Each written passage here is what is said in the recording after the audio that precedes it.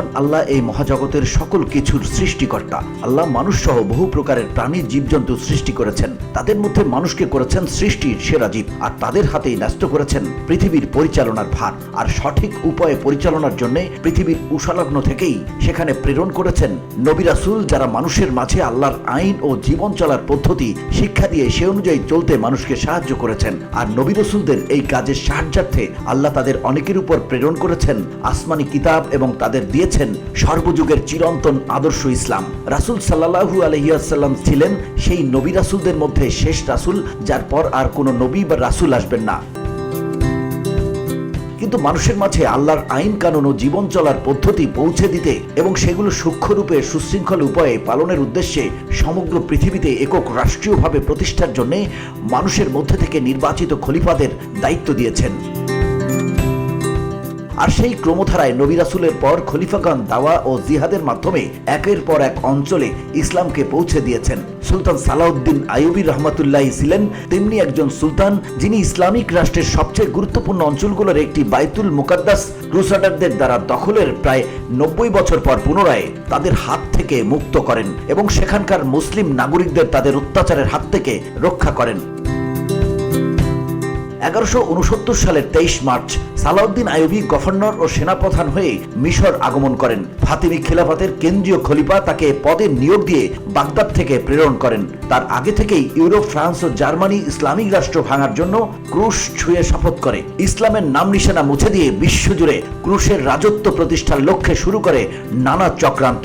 সেই সঙ্গে তারা চালায় সশস্ত্র অভিযান, মুসলিমদের থেকে ছিনিয়ে নিয়ে দখল করে রাখে ইসলামের মহান স্মৃতিচিহ্ন প্রথম কিবলা বাইতুল মুকাদ্দাস। সালাউদ্দিন আইয়ুবী ছোটবেলায় গভর্নর নিজামুল মুলকের মাদ্রাসায় জাগতিক ও আদর্শিক পড়াশোনা ও যুদ্ধবিদ্যায় জ্ঞান লাভ করেন। রাজনীতি, কূটনীতি, ভূগোল, ইতিহাস, পড়াশোনা ও প্রত্যক্ষ যুদ্ধ কৌশলের উপর গভীর জ্ঞান ও আগ্রহের কারণে চাচা শেরেকাহ ও নুরুদ্দিন জঙ্গি তাকে স্পেশাল প্রশিক্ষণ প্রদান করেন। প্রশিক্ষণটি মূলত তৈরি হয় এক যুদ্ধের ময়দানে, যেখানে সালাউদ্দিন আইয়ুবী দীর্ঘকাল অবরোধের মধ্যে যুদ্ধ করেও হতাশ না হয়ে সম্পূর্ণ ঠান্ডা মাথায় সৈন্যদের নিয়ে যুদ্ধ করে ফিরে আসেন। এরপরই নুরুদ্দিন জঙ্গি তাকে মিশরের গভর্নরের পদের জন্য মনোনীত করেন।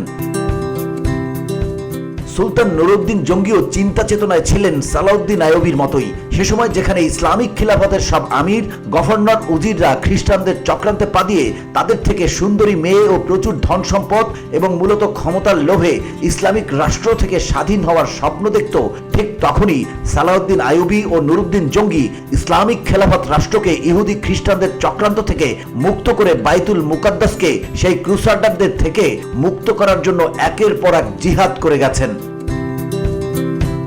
সালাউদ্দিন আইয়ুবী মিশরের গভর্নর হওয়ার পরই সর্বপ্রথম সেখান থেকে খ্রিস্টানদের চক্রান্তে পা দেয়া আমির উজিরদের সুকৌশলে সরকারি দায়িত্ব থেকে দূরে সরিয়ে দেন। এজন্য তাকে মারার জন্য ক্রুসেডারদের দালালরা অনেক ফন্দি আটার পরও তারা ব্যর্থ হয়। দালালরা অনেক সুন্দরী মেয়ে ব্যবহার করেও পাথরের মতো সালাউদ্দিনকে গলাতে পারেনি, যেখানে অন্যান্য আমিররা সানন্দেই তাদের গ্রহণ করত। দালালরা সালাউদ্দিনকে গলাতে না পেরে তাকে ক্ষমতা থেকে নামিয়ে নিজেরা ক্ষমতায় বসার জন্য মিশরের সেনাবাহিনীর মধ্যে থাকা সুদানি সেনাদের মধ্যে বিদ্রোহ করার চেষ্টা করে এই বলে যে তোমরা সুদানি, তারা মিশরি, সুদানের বর্ডার মিশরের কাছে থাকাতে বিদ্রোহের পর সেখানে থেকে আক্রমণ করাও সহজ ছিল। কিন্তু সালাউদ্দিন আইয়ুবী তার চৌকস গোয়েন্দা প্রধান আলী বিন সুফিয়ানকে দিয়ে সব তথ্য আগেই পেয়ে যান আর খুবই কৌশলে তাদের বিদ্রোহ দমন করেন। এদিকে সেনা বিদ্রোহ করিয়ে দালালরা সম্রাট ফ্রাঙ্ককে আক্রমণ করার আগমনও জানান, কিন্তু সালাউদ্দিন আইয়ুবী আগেই বিদ্রোহ দমন করেন। আর যখন পরে ফ্রাঙ্ক আর সেনাবাহিনী আসে, তারা পুরোপুরিভাবে সালাউদ্দিনের কাছে পরাজিত হয়। এইদিকে ফ্রাঙ্ক মিশরে আক্রমণ করলে সিরিয়া থেকে নুরুদ্দিন জঙ্গিও ফ্রাঙ্কের দেশে আক্রমণ করে বসেন। তাতে আক্রমণের খবর পেয়ে ফ্রাঙ্ক তার দেশে ফিরে যেয়ে দেশের সেখানেই চিত্রই বদলে গেছে। সব দিক দিয়েই ফ্রাঙ্কের শোচনীয় পরাজয় ঘটে। বাগদাদের খলিফা আজেদও যখন ক্রুসাডারদের চক্রান্তে পা দেন, তখন সালাউদ্দিন আইয়ুবী তাকে সুকৌশলে খেলাফতের ক্ষমতা থেকে সরিয়ে বাগদাদকে সিরিয়ার খেলাফতের অধীনে নুরুদ্দিন জঙ্গির কাছে দিয়ে দেন। এতে করে খিলাফত রাষ্ট্র আবারও রাষ্ট্রে পরিণত হয়। মূলত ক্রুসাডাররা ফাতিমি খলিফাকে মদ আর নারীতে ব্যস্ত রেখে তাকে মধ্যম পরিণত করে, এমনকি সে সালাউদ্দিন আইয়ুবীকে হত্যা করারও পরিকল্পনা করে। আর খলিফা হওয়া সত্ত্বেও তিনি সালাউদ্দিন আইয়ুবীর উপর কথা বলতে ভয় পেতেন। চরিত্রের অধপতনের কারণেই মূলত এমনটি অনুভব করতেন তিনি। তাই তাকে সরিয়ে খিলাফতের দায়িত্বে একজনকে দেয়া ও একমুখী করা সালাউদ্দিন আইয়ুবীর পক্ষে সহজ হয়। সেকালে মসজিদে জুমার খুতবাতে আল্লাহ ও রাসূলের নামের পর খলিফার নাম উচ্চারণ করতে হতো। সালাউদ্দিন আইয়ুবী জুমার খুতবা থেকে খলিফার নাম উচ্চারণ করা বাদ দিয়ে দেন। সুলতান আইয়ুবী যেখানে ক্রুসেডারদের আক্রমণ করে তাদের ইসলামিক রাষ্ট্রের দখলকৃত অঞ্চল থেকে বিতাড়িত করবেন, সেখানের মুসলিমদের তাদের অত্যাচার থেকে মুক্তি দিবেন, সারাক্ষণই তাদের গোয়েন্দাদের ব্যবহার করে মিশরে কোনো না কোনো সমস্যা তৈরি করে রাখত, যাতে করে সালাউদ্দিন আইয়ুবী নতুন করে তাদের আক্রমণের সময় না পান। তিনি যেন মিশর ঠিক করতেই তার সকল সময় পার করে দেন। তারা প্রায় চেষ্টা করত সুদানি বাহিনী দিয়ে সুদান থেকে মিশরে আক্রমণ করাতে, যাতে সালাউদ্দিন শুধু তাদের নিয়েই ব্যস্ত থাকেন।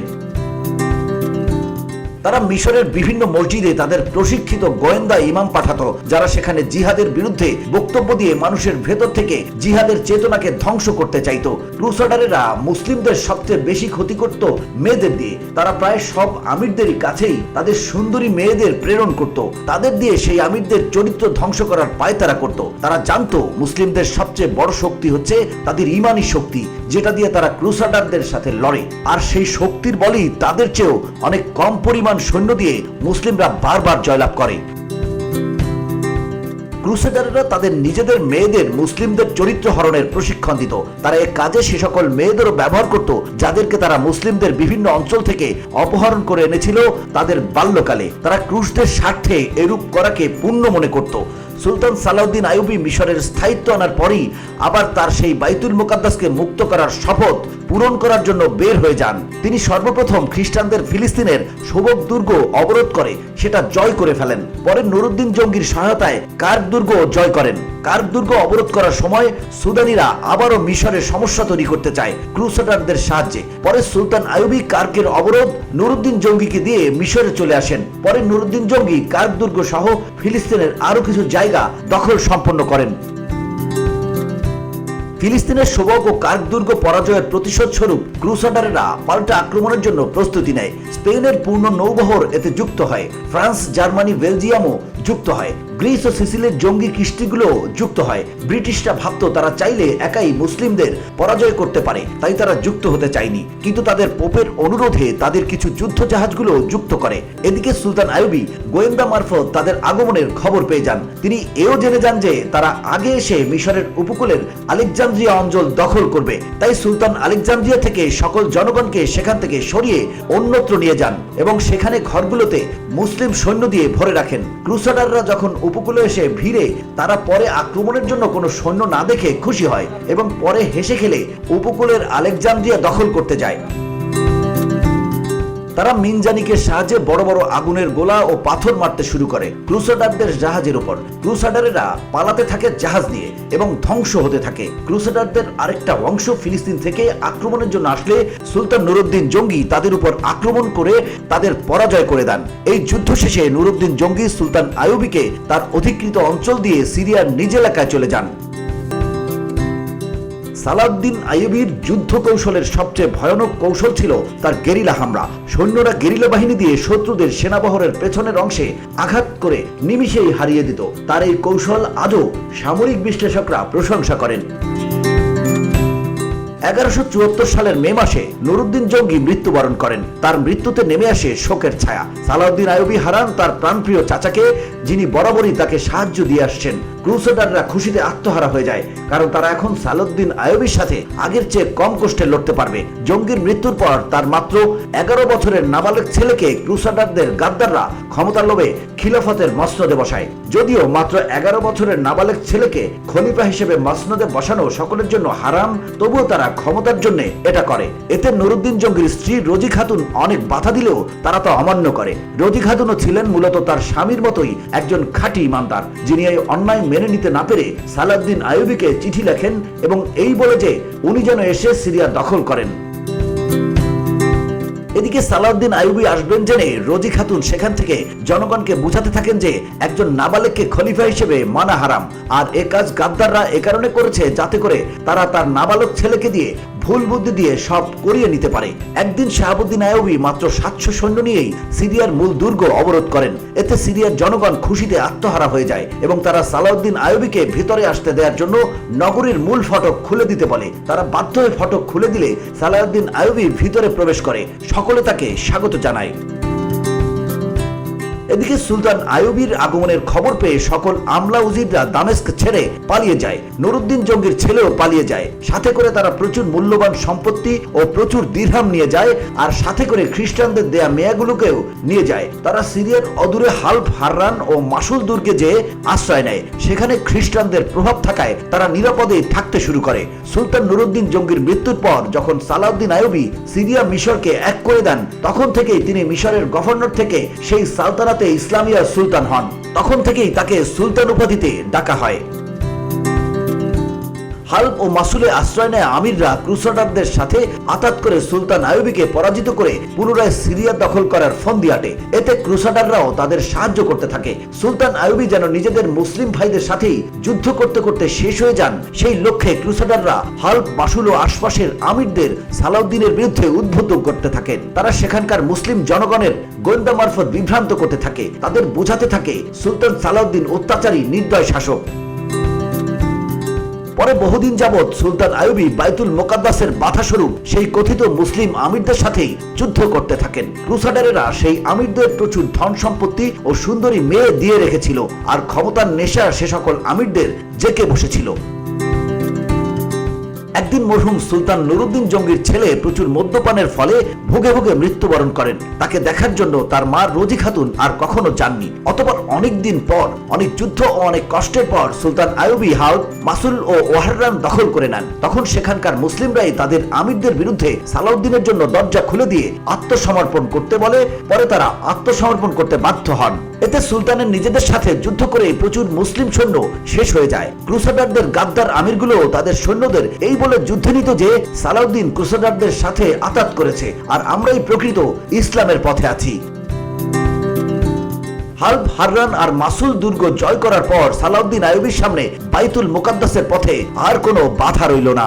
সুলতান আইয়ুবীর এইবার বাইতুল মুকাদ্দাসের দিকে আগমনের পালা। ক্রুসাডাররা এইবার আর মুসলিমদের থেকে সাহায্য পাবে না, কারণ সব আমিরই এখন সালাউদ্দিন আইয়ুবীর আনুগত্য স্বীকার করেছে। সুলতান আইয়ুবী এইবার সর্বপ্রথম কার্ক আক্রমণ করেন। সালাউদ্দিন আইয়ুবী এর আগেও একবার কার্ক দখল করেন, কিন্তু 1 মাস পর সেটা আবারও ক্রুসাডারদের হাতে চলে যায়। কার্কের শাসনভার ছিল আরনাত এর উপর। আরনাত একজন নাস্তিক ছিল যে রাসূল সাল্লাল্লাহু আলাইহি ওয়াসাল্লামকে নিয়ে বিদ্রূপ করত। তাই সুলতান তাকে ঘৃণা করতেন আর তাকে কাছে পেলেই হত্যা করবেন বলে শপথ নিয়েছিলেন। আরনাত মিশর আর সিরিয়ার হজ কাফেলাগুলোর উপর হামলা করে তাদের সম্পত্তি ডাকাতি করত আর মেয়েদের তুলে নিত।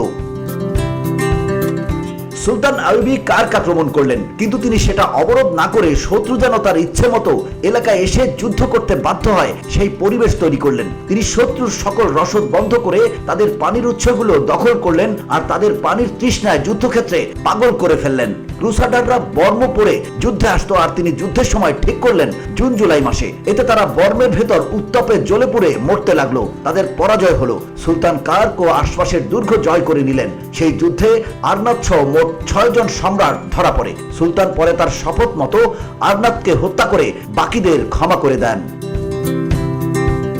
এই যুদ্ধে ক্রুসেডাররা তাদের সবচেয়ে বড় ক্রুশটা যুদ্ধের ময়দানে এনেছিল। তাদের সবচেয়ে বড় পাদ্রী এটা আনে। পরে পোপ মৃত্যুবরণ করে আর বড় ক্রুশটি মুসলিমদের হাতে চলে আসে। পরে সুলতান ক্রুসাডারদের তাদের ক্রুশটি দিয়ে দেন। এরপর পালা আক্রার দুর্গের। ক্রুসাডাররা ভেবেছিল সুলতানাকে বাইতুল মুকাদ্দাস আক্রমণ করবেন, তাই তারা বুঝে ওঠার আগেই সুলতান আগে আক্রা আক্রমণ করলেন। 2-3 দিন অবরোধের পর সেটা জয় করে ফেলেন। তারপর সুলতান আরেকটি গুরুত্বপূর্ণ দুর্গ আসাকালান অবরোধ করেন। প্রায় 34টি বছর পর এই অঞ্চলটি আবার স্বাধীন হলো। 1153 সালের 19 সেপ্টেম্বর সম্রাট ফ্রাঙ্ক এটি দখল করে নেন। আসাকালান থেকে মাত্র 40 কিলোমিটার পূর্বে বাইতুল মুকাদ্দাস অবস্থিত। ক্রুসাডারদের দ্বারা বাইতুল মুকাদ্দাসের দখল হয় 1099 সালের 15 জুলাই মোতাবেক 492 হিজরির 23 শাবান। ক্রুসাডাররা বাইতুল মুকাদ্দাস দখল করে মুসলিম শাসকদের সহায়তায়। সে সময় মুসলিম শাসকরা নিজেদের রাজ্যে চলে যাবে বিধায় সকলেই একে একে ক্রুসাডারদের পথ ছেড়ে দেয়। কেউই তাদের বাধা দেয় না, বরং অনেকেই তাদের সাহায্য করে রসদ দেয়। শুধু আরকার আমির ছিলেন একজন ইমানদার পুরুষ, যার সামরিক শক্তি খ্রিস্টানদের তুলনায় কিছুই ছিল না। তবু তিনি খ্রিস্টানদের দাবি পূরণ করতে অস্বীকৃতি জানান। খ্রিস্টান বাহিনী আরাকা 1099 সালের 14 ফেব্রুয়ারি থেকে 13 মে পর্যন্ত অবরোধ করে রাখে। মুসলিমরা এমন প্রাণপণ লড়াই করে যে বিপুল ক্ষতির পর ক্রুসাডাররা পথ পরিবর্তন করে চলে যায়। মুসলিম আমিরগণই সে সময় ক্রুসাডারদের নিরাপদে বাইতুল মুকাদ্দাস পৌঁছে দিয়েছিল। পরে 1099 সালের 7 জুন তারা বাইতুল মুকাদ্দাস অবরোধ করে এবং 15 জুলাই বাইতুল মুকাদ্দাসের ভেতরে প্রবেশ করে। সে সময় বাইতুল মুকাদ্দাসের গভর্নর ছিলেন ইফতেখারউদ্দৌলা। তিনি প্রাণপণ লড়াই করেছিলেন ক্রুসাডারদের সাথে, কিন্তু তাদের রসদ ও সৈন্য অগণিত হওয়ায় তিনি ব্যর্থ হয়েছিলেন। পরে ক্রুসাডাররা নগরীতে ঢুকে সব মুসলিমদের হত্যা করে, তাদের নারীদের অত্যাচার করে, শিশুদের মাথা কেটে সেটা দিয়ে ফুটবল খেলে। মুসলিমরা আশ্রয়ের জন্য মসজিদুল আকসা ও অন্যান্য মসজিদে যায়। তারা ভাবে মসজিদুল আকসা উভয়ের নিকট সম্মানিত হয়, তারা তাদের ছেড়ে দিবে, কিন্তু না, ক্রুসাডাররা সেখানে ঢুকে মুসলিমদের হত্যা করে। আর রক্ত মসজিদ গড়িয়ে গড়িয়ে বাইরে পড়ছিল, রক্তে খ্রিস্টানদের ঘোড়ার পা ডুবে যাচ্ছিল। খ্রিস্টান ঐতিহাসিকদের মতে উদ্বাস্ত মুসলিমদের সংখ্যা ছিল 70,000। সুলতান আইয়ুবী বাইতুল মুকাদ্দাসের সেই অবমাননার কাহিনী নাজমুদ্দিন তার পিতার কাছ থেকে শুনতেন। পরে সুলতান এই কাহিনী তার নিজের ছেলেদের বলতেন। 1187 সালের 20 সেপ্টেম্বর রোববার মোতাবেক 583 সনের 15 রজব সুলতান আইয়ুবী দ্রুত বাইতুল মুকাদ্দাস পৌঁছে যান, অবরোধ করেন বাইতুল মুকাদ্দাস। এদিকে খ্রিস্টানরাও তাদের পবিত্র ভূমি ছাড়তে নারাজ, তারাও আমরণ লড়াইয়ের জন্য প্রস্তুত। সেখানকার প্রায় সব মুসলিমই বন্দী, তারা জেলের ভেতর থেকে আজান আর তাকবীর ধ্বনি দিচ্ছেন। অনুরূপ খ্রিস্টানরাও গির্জায় গান গাইছে ও প্রার্থনা করছে। শুরু হয় রক্তক্ষয়ী যুদ্ধ, দুই পক্ষকে আহত নিহত করে চলেছে। শহীদদের সংখ্যা জেনে সুলতান অবাক হন। পরে অনেক ত্যাগের বিনিময়ে 583 হিজরির 27 রজব মোতাবেক 1187 খ্রিস্টাব্দে 2 অক্টোবর শুক্রবার সালাউদ্দিন আইয়ুবী বিজয়ের বেশে বাইতুল মুকাদ্দাসে প্রবেশ করেন। এটি ছিল সেই রাত যেদিন আমাদের প্রিয় নবী রাসূল সাল্লাল্লাহু আলাইহি সাল্লাম বাইতুল মুকাদ্দাস থেকে মিরাজে গমন করেন। বাইতুল মুকাদ্দাস মুক্ত হওয়ার পর সেখানকার মুসলিমরা প্রায় 90 বছর পর ক্রুসাডারদের অত্যাচার থেকে রেহাই পেল। VOD Bangla news desk.